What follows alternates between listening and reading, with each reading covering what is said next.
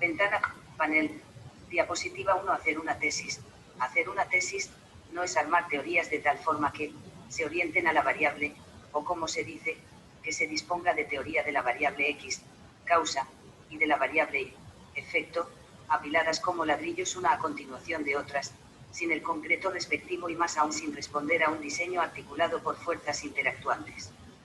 Aun cuando conceptualmente estas teorías se refieran a las variables, como los típicos casos de cita de antecedentes de rublos que no corresponden, totalmente opuestos o paralelos, pues de nada serviría si estos conceptos no se materializan, es decir, si no permiten visualizar la arquitectura del constructo al que se refiere, esto es, la interrelación entre las estructuras o elementos interactuantes, teniendo el control de las fuerzas interactuantes o cualidades o atributos de dichos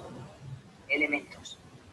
No es literalmente así como se dice, nótese que, en la vida real, las teorías no están por un lado y los hechos, sucesos, eventos, incidencias o circunstancias se están suscitando en otro lado. Se debe lograr la abstracción de la problemática, lo cual definitivamente no responde a metodologías amigables como nos tienen acostumbrados.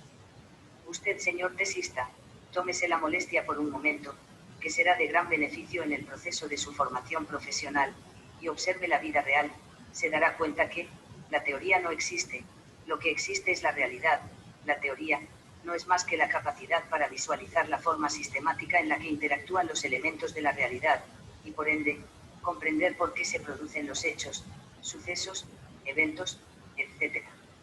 En ese sentido, hacer una tesis implica en primera instancia conocer el problema, identificar los elementos interactuantes del problema, por lo general los recursos humanos, tecnológicos, los físicos, entorno inmediato, y materiales, entre otros elementos de base o subyacentes, descubrir cómo están interrelacionados, y con ello, cómo se ven afectadas las variables, es decir, la cualidad o atributo de estos elementos, esto es, lo que permitirá tener una visión holística del problema.